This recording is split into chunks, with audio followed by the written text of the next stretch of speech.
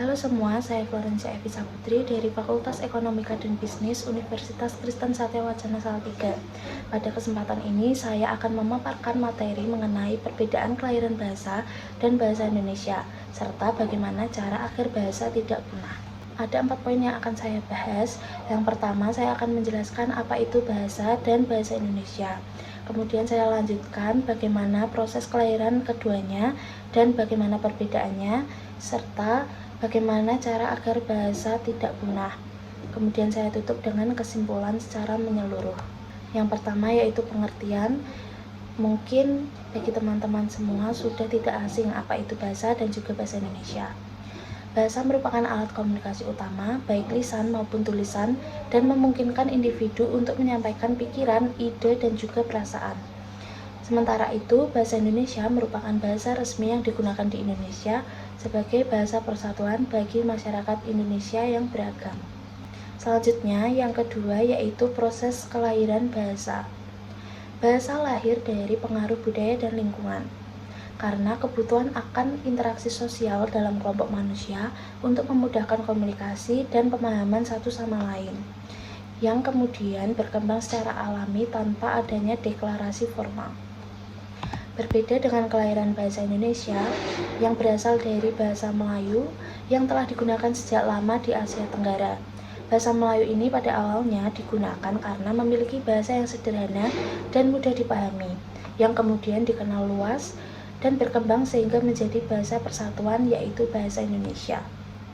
Bahasa Indonesia diresmikan secara formal melalui Kongres Sumpah Pemuda pada 28 Oktober 1928 yang sampai saat ini digunakan sebagai bahasa nasional dan bahasa resmi di Indonesia sebagai upaya mempersatukan masyarakat dengan berbagai bahasa daerah.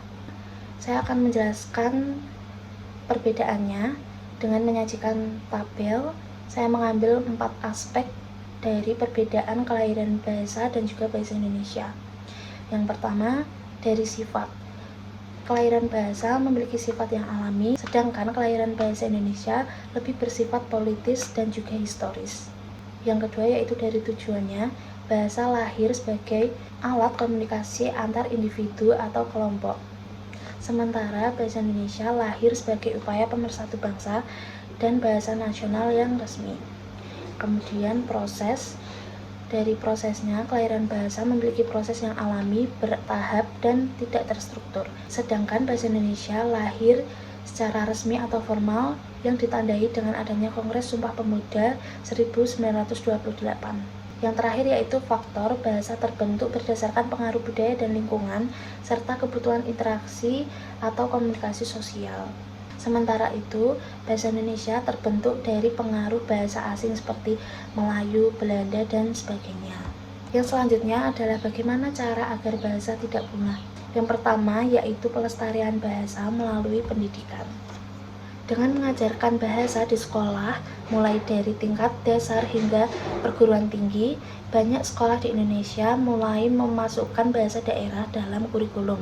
Ini diharapkan para siswa dapat belajar mendalam dan memahami penggunaan bahasa. Yang kedua, penggunaan bahasa dalam media sosial dan teknologi. Di sini kita bisa melakukan promosi bahasa melalui media. Bisa dengan cara membuat konten. Mungkin di zaman sekarang banyak konten kreator yang menggunakan bahasa daerahnya dalam kontennya. Ini bisa menjadi cara yang efektif untuk mengajarkan bahasa pada audiens lebih luas, khususnya pada anak muda. Yang ketiga yaitu penggunaan bahasa dalam kehidupan sehari-hari.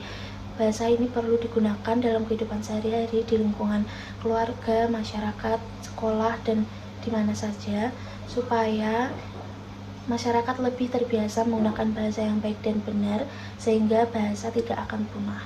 Yang terakhir yaitu kesimpulan. Jadi, secara keseluruhan, perbedaan kelahiran bahasa secara umum dan bahasa Indonesia menunjukkan bahwa bahasa umum berkembang secara alami, sedangkan bahasa Indonesia lahir secara formal yang bersifat politis dan historis. Seiring berjalannya waktu, baik bahasa umum maupun bahasa Indonesia perlu dilestarikan agar tidak punah. Dengan menjaga dan melestarikan bahasa, kita dapat memastikan bahwa bahasa Indonesia atau bahasa secara umum tetap hidup, berkembang, dan juga tidak punah seiring berjalannya waktu. Demikian yang bisa saya sampaikan mengenai materi ini. dan mohon maaf apabila ada kesalahan kata. Terima kasih.